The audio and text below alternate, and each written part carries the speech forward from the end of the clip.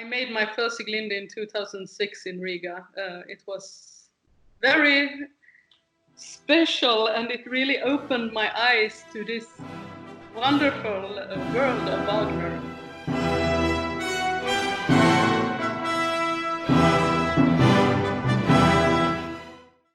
Hello, Elisabet Strid. Welcome. Thank you. Swedish soprano. And we should have a little conversation today. First of all, how are you? I mean, considering the circumstances. Considering the circumstances, I'm fine, and I try to use my time, my unexpected free time, to make useful things. Yeah. For example, learn some new repertoire and to enjoy the beautiful weather, find some inspiration outside. Yeah. Where are you right now in Sweden?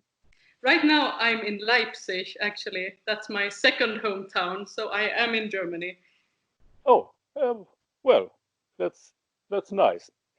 Elisabet, actually, I don't want to talk, at least not very much about the virus, but there's one question. You have been in Sweden last weeks, is that right? That's right, yes. Yeah. What's different in Sweden? You got no lockdown, few restrictions. People seem to be very relaxed. What's different? Yes, I think Sweden chose a completely different way of dealing with this situation. And they believe in not to force people to close down, but to give advices how to keep distance and anyway try to live as normal as possible during the circumstances. Yeah. Which means the schools are open, the shops are open, you can still go to a restaurant. But I have spoken a lot with friends, especially in the Stockholm area, and very little people are actually in the streets and outside. There is a big change from normal life. So I think most of the people really take their own responsibility in this situation and try to behave in the way that is right concerning the virus. But still, of course, we see a high death rate in Sweden right now, especially in the Stockholm area. And it is, of course, sad. On the other hand, I think it's also sad to lock down whole countries and whole societies regarding the economic situation and people suffering in that way too, and all shops and restaurants that has to close. So it's very difficult at the moment to say what is the right way. I think we will have the answer in some time. Yeah. We will see when this is over. Yeah. We will see. And yes. I'm afraid we won't like what we will see after that. That is for sure. But I also want to say that, of course, the opera houses and the theaters in Sweden are also closed. They are not open anymore. Yeah. So where would you actually be right now if we won't have this crisis? I would have been not so far away. I would be rehearsing in Deutsche Oper Berlin. I would make my debut as Venus in Tannhäuser. I would make both roles, Elisabet and Venus. It would also be my first appearance at Opera Berlin. So I'm very sad about that, of course. I had really been looking forward to this very special event. Believe me, I am sad too. I've got a ticket for the performance on 10th of May. Oh, so, I'm sorry. Yes. Yeah. That's sad. You lost your role debut as Venus, but you will do it next year. Am I right? That is at the moment not clear. I know. I don't know what happens with the schedule of Deutsche Oper Berlin. At the moment I don't know when it will happen, but I hope it will happen because it's really a dream for me to make the both roles together. I've been singing very much Elisabet in the last years. So to put also the Venus in the competition would be wonderful. The last performances you did before we had the lockdown, at least in Germany and other countries, was, correct me if I'm wrong, the premiere of Walküre in Göteborg and Walküre in Stockholm. And that was, how shall we say it, a stage concert, orchestra on stage, singers on stage, no audience. I tell you, I've seen the video and it's amazing. It's so intense, so intense. How did you manage that? That was a very special situation. And we found out the evening before that it was supposed to be like it was. They had a hope into the last moment that they could make it as a real performance with audience and everything. But then the lockdown started also a bit in Sweden regarding this, not too many people at the same place. So we were told that the orchestra would be on the stage, we would be in front, and it was supposed to be a concert version, pure concert version. But I mean, you need to do something when you stand there, and we just try to find a way of expressing our emotions and to make it come alive. Yeah. And I think there are beautiful moments. I dared to see it finally. Usually I have a problem to look at my own performances, but I think there were some really great moments in that production. So I'm happy I was a part of it. Yeah, really. It's really it's wonderful. It's great. You don't miss anything. It's a Walküre. It was a Valkyrie, and yeah. I think we all felt that this might be the last performance for a very, very long time. So also in the tension in the room, and yeah, it was. I will never forget it, and I'm happy it's recorded. Yeah, Sieglinde. Let's talk a little bit about Sieglinde. That was actually your debut in Riga, as I know, right? Yes, my Wagner debut, so to speak. Wagner, yeah. Was. I made my first Sieglinde in 2006 in Riga.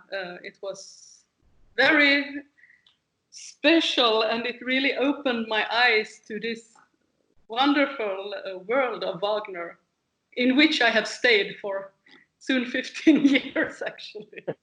So. And you have sung Sieglinde so very often. Did you count the performances of Sieglinde? No, I didn't do so far. I'm not so good in counting. That's not the part of the brain that is my best, actually. But it's some performances. It is. Yeah, it's kind of a signature role for you. It has become like that. Yes, yes. Yeah. I have to tell you, I have been last year in Düsseldorf and saw the ring, and I admired your Sieglinde very much. That was outstanding. Thank you so much. Really, that was great. Thank you. That makes me happy. How do you avoid getting too much routine when you are singing so much Sieglindes? Sieglinde here, Sieglinde there. Don't you get routine in a bad way, I mean? Yeah, no, I never actually experienced that, because all the different productions needs a new input, a new way of making the role, and and I think every time I step on a stage as Sieglinde, she's newborn for me, and it's always with new persons on the stage, new colleagues, and you have to catch the moment there. And I always try to make my performances like it's on life and death, and it happens now. And if you have that feeling, it will never become a routine, I think. Would you say that's at this time your favorite role? Well, I think Venus should have been one of my favorite roles on 1st of May, which was supposed to be the premiere, because that's a role I really adore. But apart from that, I really love Salome too. Yeah. I think she's actually my favorite character because she has so many different sides, and there are so many things to do creating her as a person, and the music is wonderful. And yeah, that's interesting. Now you, at this point of your career, you seem to be a soprano for Wagner and Strauss. Well, that may be right, but what about the Italian repertoire? Yeah, I love the Italian repertoire. I really do. I haven't had so many possibilities to dig deep into it so far. I made some roles early in my career. I made Musetta. I was singing Liu. Later, Madama Butterfly. But hopefully there is a new road debut coming in the spring next year. Let's see what happens. But I hope I will sing my first mini in La Fanciulla. La Fanciulla del West. Yeah. Yeah, that's a role that has been sung very often by dramatic Wagner sopranos like Nina Stemme or Birgit Nilsson or Maria Rocker. So that would be very exciting for me, and I'm really looking forward, and I hope it will take place as planned. Yeah. And I have been informed, of course I have been, there was cancelled Beethoven Ninth Symphony, but instead of that, there will be a concert in, I can't remember, Helsingborg. Helsingborg, yes, that's right. I just got it confirmed, actually, that they invite me to sing 2 Wesendonck-Lieder and Allmächtige Jungfrau from Tannhäuser and Visitate from Tosca. So I'm very excited, and I'm so happy to have something to work for now. It's more easy to keep the shape and to keep the mood when you have something in front of you. So that will be a live stream recording on the 14th of May, as far as I know. Live stream recording on 14th of May. Yeah. Remember, everyone. That's interesting. Yeah. Yeah. No, I'm looking forward to hear Tosca, Visidarte. Elisabet, can you describe in just a few words? I know it's not possible in a few words, but let's try. The different way to sing German repertoire and Italian repertoire. Do you need to change your technique? That is actually a very good question, because somehow I feel very comfortable in the German music with the German language. And I think it has to do that Swedish is a part of the same language group. And I like very much the way to sing Wagner and Strauss, and much focus on the text and to tell the story. And of course, in the Italian music, it's a bit more bel canto in another way, and a little another way of treating the lines, and so which is of course also useful in the Wagner. Everything should be sung like bel canto, which I also try really to sing the German repertoire in a beautiful way too. I'm working hard to do that. but I think that there is more focus on the vocal phrases in the Italian music, and that is of course wonderful.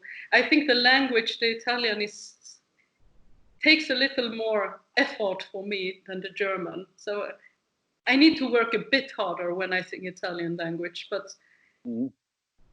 I'm happy to work a bit more because it's so beautiful, and Yeah. appreciate very much every chance I get to sing Italian music. Would you agree if I say it's good to sing Italian music, Verdi or Puccini as well, when you're a Wagner singer, because the danger in singing so much Wagner is the danger of becoming a screamer. Yeah. Nobody wants to be a screamer. That's for sure. And I think, but I mean, I really think, especially in the lyric Wagner repertoire, there are also so many beautiful lines. There are so many nuances in how Wagner did write it. So if you really look at the scores, you find so many details that makes it almost like Italian music. And I think Wagner was very inspired by the Italian music as well, and you hear it especially in the early operas, which sound so far away from the later Wagner operas. And I always try to find the lines and the beautiful phrasing.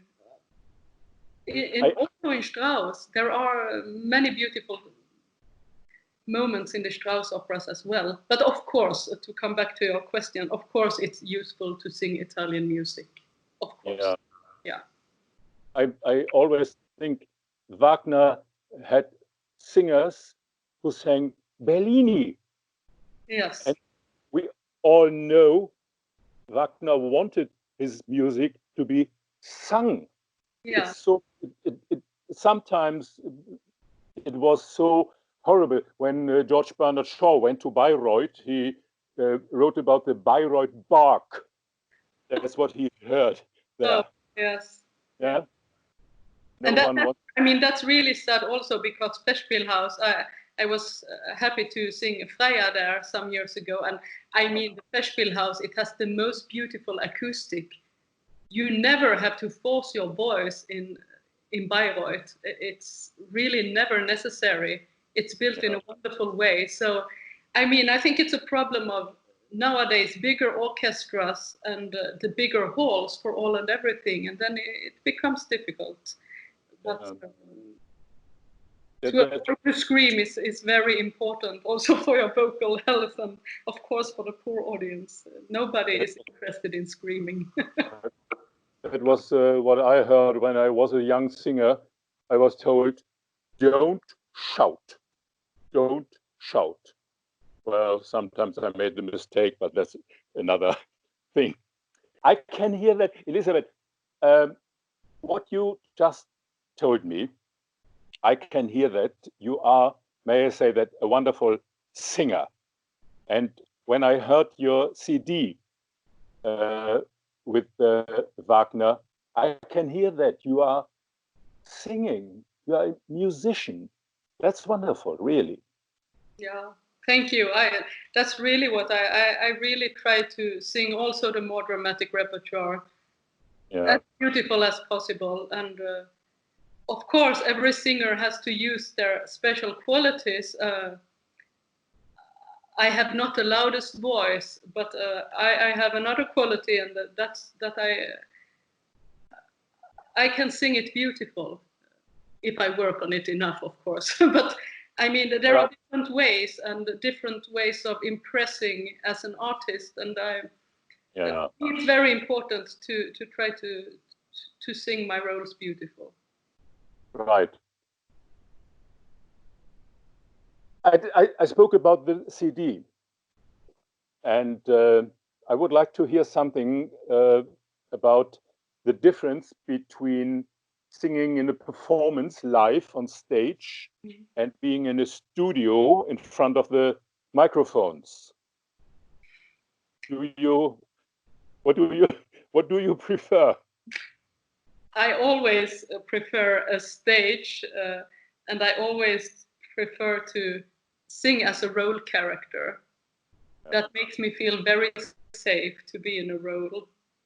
I was never so comfortable in singing concerts in general, because then you stand there as yourself, as Elisabet, and it becomes much closer to your own soul and your own personality. I find it always more easy to hide myself in another character and to give that character life. That's really the way I like to perform. And it was, of course, stressful in the recording studio, and you have not so many chances to make it in the best way you can. And it was very exciting, and I'm very, very thankful for this possibility to make the CD. It was a wonderful week of recording. I'm very happy about that. Yeah. And it's a very, very fine CD, really it is.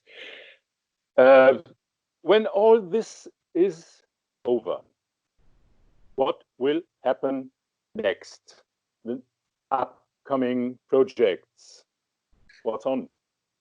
Yes, it depends on when it all ends, I would say. But if there is a continuation in October, I will sing a Salome in Düsseldorf, Salome in Leipzig. Then I will go to Tokyo and sing Sieglinde. Yes, some more Sieglindes, I think, in Leipzig too.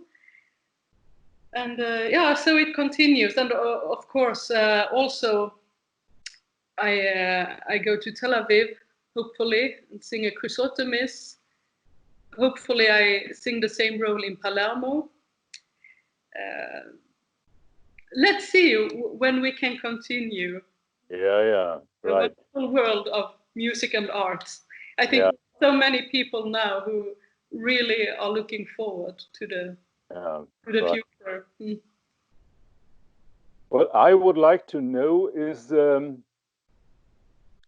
dream roles. Is there any dream role, one or maybe two or even three?